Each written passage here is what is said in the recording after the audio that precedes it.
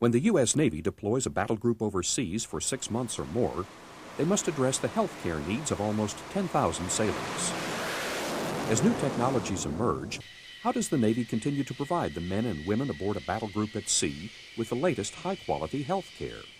Under the initiative and leadership of the senior medical officer, several new technologies were examined during the recent deployment of the USS Lincoln Battle Group to the Western Pacific. As one result, for the first time ever aboard any U.S. Navy combat ship, laparoscopic surgeries are being performed with the support of medical specialists half a world away. During these unprecedented procedures, where a small camera and surgical instruments are inserted into the patient's body, the Lincoln's chief surgeon is able to consult during the operation with a medical specialist. In this instance, from the Johns Hopkins Hospital in Baltimore, Maryland, using an experimental telemedicine system developed by the university's Applied Physics Laboratory. The ability to exchange vital medical images and data between remote medical specialists is the essence of a telemedicine system.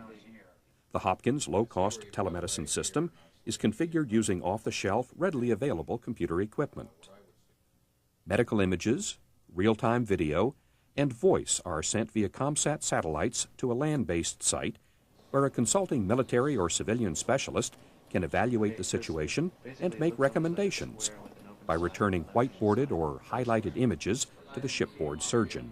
The way that we've been using the telemedicine is in two ways. Basically, where real-time images are sent while we're doing the procedure.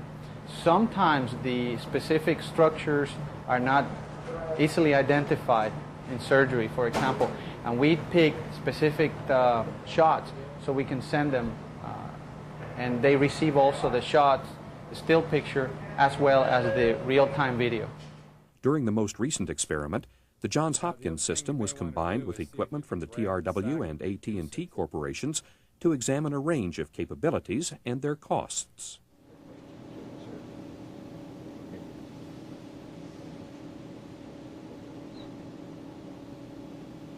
Kaboom.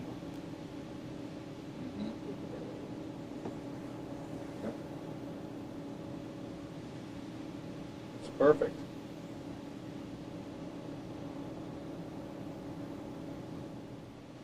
Putting some pressure on the outside.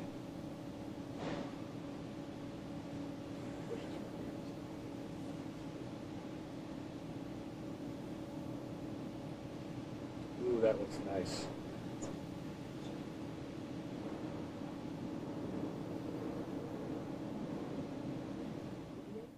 In this instance, as Dr. Cubano conducted a laparoscopic hernia repair operation somewhere in the Western Pacific, he was supported in real time by civilian and Navy surgeons at the Bureau of Medicine and Surgery in Washington, D.C.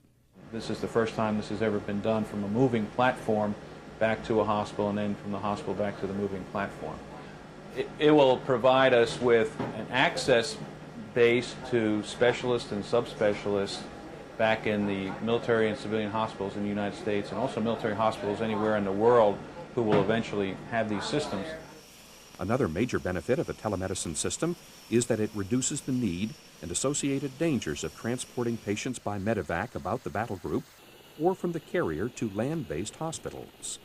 We can treat conditions that otherwise would have to be pursued off-ship in a local hospital, or maybe even in a hospital back in the States. We can now treat it here.